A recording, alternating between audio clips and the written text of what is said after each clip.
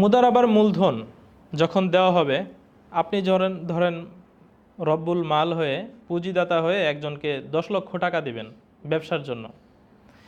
এখন ওই বেচারা 10 লক্ষ টাকা দিয়ে নিয়ে যাওয়ার পরে সে কি ব্যবসা করবে নাকি ভেঙে যাবে বা বিদেশ চলে যাবে, এটা কি আপনি নিশ্চয়তা দিতে পারেন? তো তখন আপনি চাইলে তার কাছ থেকে একটা গ্যারান্টি রাখতে পারেন। যদি আশঙ্কা হয় যে মুদারিব আমার টাকা অন্যায়ভাবে, অন্যায্যভাবে সেটাকে সে নষ্ট করে দিবে, তাহলে সেই আশঙ্কার কারণে আপনি গ্যারান্টি রাখতে পারবেন।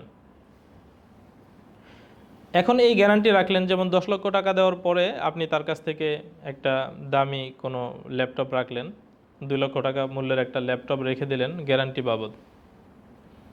তো এই গ্যারান্টি থেকে কোনো কারণে সে যদি ব্যবসায়িক কার্যক্রম পরিচালনা করতে গিয়ে ইচ্ছাকৃত ওই 10 লক্ষ টাকার কোনো ক্ষতি করে, তাহলে তার থেকে ক্ষতিপূরণ নিতে পারবেন কি না বলেন? হ্যাঁ, নেওয়া যাবে? হ্যাঁ, আচ্ছা, এটা আর একটু সামনে আসলে হয়তো ক্লিয়ার হবে, এখনই বলে দিই।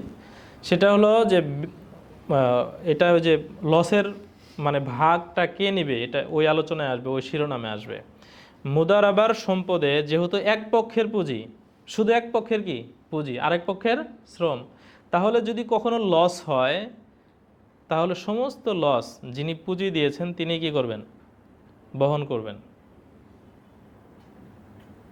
যিনি পরিচালনা করলেন, ম্যানেজার বা মুদারিব, তার কোনো ক্ষতি বা লসের ভাগ নিতে হবে না। তবে শর্ত হলো যে কোনো ধরনের নেগলিজেন্স, অবহেলা না থাকতে হবে।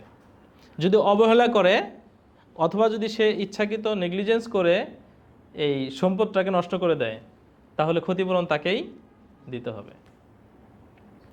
তো এই জন্য বললাম যে আপনি তার কাছে গ্যারান্টি রেখেছেন, সে 10 লক্ষ টাকা নিয়ে গেল, এই 10 লক্ষ টাকার ব্যবসা বাণিজ্য ঠিকমতো করবে কিনা, এই জন্য আপনি তার কাছ থেকে গ্যারান্টি রাখলেন যে তুমি যদি নেগলিজেন্স করো, আমি তোমার ওই গ্যারান্টি থেকে সেই টাকাটা কি করে নিব?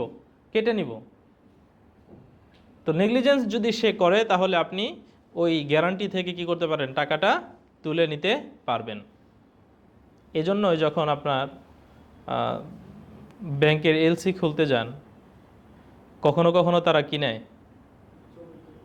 জামানত হিসেবে কিছু আপনার কাছ থেকে নিয়ে নেয়। এলসি খুললে তারা সাধারণত মুদারাবার ভিত্তিতেও কখনো কখনো খোলে। তো যখন মুদারাবার ভিত্তিতে খোলে, তখন ওই মুদারাবার এগেইনস্টে তারা কি নেয়? একটা জামানত নিয়ে নেয়।